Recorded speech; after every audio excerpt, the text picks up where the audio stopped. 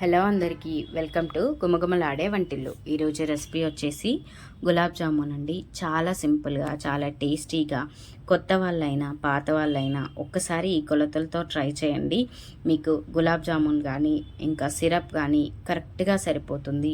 అలాగే చాలా టేస్టీగా, చాలా సింపుల్గా, ఫ్లఫీగా ఎలా ప్రిపేర్ చేసుకోవాలో చూసేద్దాము. నేను ఇక్కడ ప్రతిదీ కొలత ప్రకారం చెప్తున్నాను. అంటే మనం పిండి కలుపుకునే దగ్గర నుండి షుగర్ సిరప్ వరకు ఎలా తీసుకుంటే, ఎంత క్వాంటిటీతో తీసుకుంటే మనకి సెట్ అయిపోతాయి అనేవి చూపిస్తున్నాను. మీరు ఈ కొలతలతో కనుక చేశారు అంటే ఎన్ని గులాబ్ జామున్లు అయినా సరే ఈజీగా చేయగలుగుతారు. అంత సింపుల్గా చేసేసుకోవచ్చు, అంతే పర్ఫెక్ట్గా చేసుకోవచ్చు. మీరు అచ్చం బయట కొనే వాటిలానే ఉంటాయి.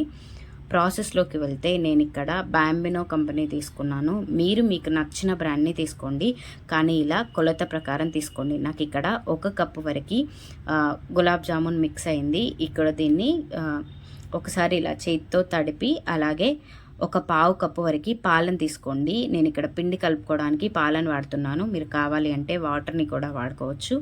ఇలా పాలన్నీ వేసేసి ఒకసారి ఇలా బాగా కలుపుకోండి. ఇలా అంతా బాగా కలుపుకున్న తర్వాత ఇప్పుడు ఇందులోనే 1 టీ స్పూన్ వరకు నెయ్యి వేసేసుకోండి. ఈ నెయ్యి వల్ల మనకి గులాబ్ జామున్ అనేది పగులు లేకుండా సాఫ్ట్గా వస్తుంది.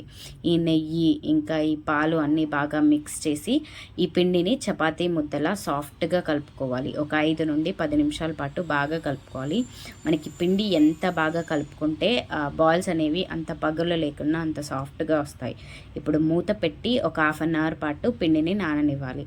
ఇప్పుడు ఈలోపు మనం షుగర్ సిరప్ ప్రిపేర్ చేసుకుందాము. దీనికోసం నేను 1 కప్పు గులాబ్ జామున్ మిక్స్కి 2 కప్పుల వరకు షుగర్ తీసుకున్నాను. అలాగే 2.5 కప్పుల వరకు వాటర్ తీసుకున్నాను. మీరు ఒకవేళ సిరప్ కాస్త తగ్గి కావాలి అంటే 1/2 కప్పు వరకు వాటర్ తగ్గించి తీసుకోవచ్చు. ఇప్పుడు ఈ షుగర్ అంతా బాగా కరిగేలాగా ఇలా గంటెతో కలుపుతూ ఒక 5 నుండి 10 నిమిషాల పాటు మీడియం ఫ్లేమ్లో కరగనివ్వాలి. ఇలా షుగర్ అంతా కరిగిన తర్వాత ఒక 2 నుండి 3 ఇలాచీలని ఇలా దంచి వేసేసుకోండి ఫ్లేవర్ కోసం. ఇప్పుడు ఒక 5 నిమిషాల తర్వాత తీసి చూస్తే మనకి షుగర్ అనేది కరెక్ట్గా, షుగర్ పాకం అనేది రెడీ అయిపోయినట్టే. ఇలా స్టిక్కీగా ఉంటే సరిపోద్ది, పాకం రావాల్సిన అవసరం లేదు. ఇలా స్టిక్కీగా వచ్చిన వెంటనే మనం ముందుగా రెడీ చేసి పెట్టుకున్న నిమ్మకాయ రసాన్ని కూడా వేసేసి అంతా ఒకసారి బాగా కలిపి మూత పెట్టి పక్కన పెట్టేసుకోండి. ఇప్పుడు మనం ఆల్రెడీ కలిపి పెట్టుకున్న ఈ గులాబ్ జాముల్ని మళ్ళీ ఒక 2 నిమిషాలు బాగా కలుపుకొని ఇలా చిన్న చిన్న ముద్దల్లాగా తీసుకొని వీలైనంత గట్టిగా ప్రెస్ చేస్తూ సాఫ్ట్ బాల్స్లా ప్రిపేర్ చేసుకోవాలి.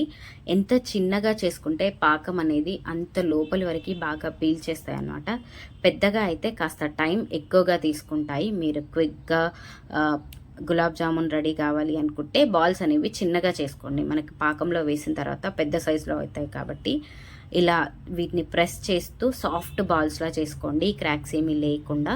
మీకు క్రాక్స్ వస్తున్నాయి అంటే ఇంకో 2 నిమిషాల పాటు పిండిని బాగా కలుపుకోండి. ఇలా అన్నీ ప్రిపేర్ చేసి పక్కన పెట్టేసుకున్న తర్వాతకి నాకు ఇక్కడ క్రాక్స్ ఏమీ రాలేదన్నమాట.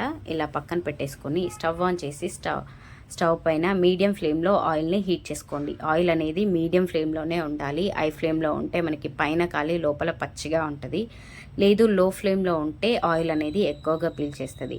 ఇప్పుడు ఈ బాల్స్ అన్నిటినీ కూడా మీడియం ఫ్లేమ్లోనే ఫ్రై చేసుకోవాలి. తిప్పుతూ గరిటెతో బాగా తిప్పుతూ ఒక 6 నుండి 7 నిమిషాల పాటు మీడియం ఫ్లేమ్లోనే బాగా ఫ్రై చేసుకోవాలి. అప్పుడే మనకి లోపటి వరకు బాగా ఫ్రై అయిపోతాయి. ఇలా డార్క్ బ్రౌన్ కలర్ వచ్చేంత వరదాకా కూడా ఒక 7-8 నిమిషాల పాటు ఆయిల్లో ఫ్రై చేసుకొని ఇలా ఆయిల్ నుండి తీసేసిన వెంటనే మనం ముందుగా ప్రిపేర్ చేసి పెట్టుకున్న సిరప్లో వేసేసుకోవాలి. ఈ టైం వరకు సిరప్ అనేది గోరువెచ్చగా అయిపోతాయి. ఈ వేడి గులాబ్ జామున్లు ఇంకా గోరువెచ్చటి సిరప్ అనేది కరెక్ట్గా సెట్ అయిపోద్ది అనమాట. ఇప్పుడు మూత పెట్టి ఒక 1/2 అవర్ పక్కకు పెట్టేసాము అంటే మనకి ఈ జామున్లు అన్నీ కూడా పాకం బాగా పీల్చేసి ఫ్లఫీగా రెడీ అయిపోతాయి. గులాబ్ జామున్ అనేది చూసారు కదా ఇక్కడ నాకు ఎంత బాగా వచ్చేసాయో. ఇలా మీరు కూడా ఒకసారి ట్రై చేయండి. చాలా సింపుల్గా చేసుకోవచ్చు, ఎక్కువ హడావుడి లేకుండా.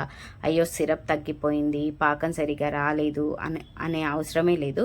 నేను ఇక్కడ కట్ చేసి చూపిస్తున్నాను, చూసారు కదా లోపటి వరకు కూడా ఎంత బాగా పోయాయో పాకం అనేది.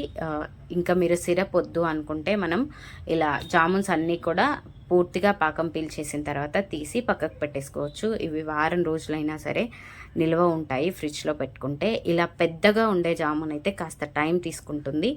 కాస్తంత లోపల ఇలా పిండిలా ఉంది చూసారా, ఇవి కాస్త ఎక్కువ టైం తీసుకుంటాయి. చిన్నగా ఉంటే లోపటి వరకు పాకం పీల్చుకుంటాయి అన్నమాట. చూసారు కదా, చాలా సింపుల్గా చాలా టేస్టీగా ఎలా ప్రిపేర్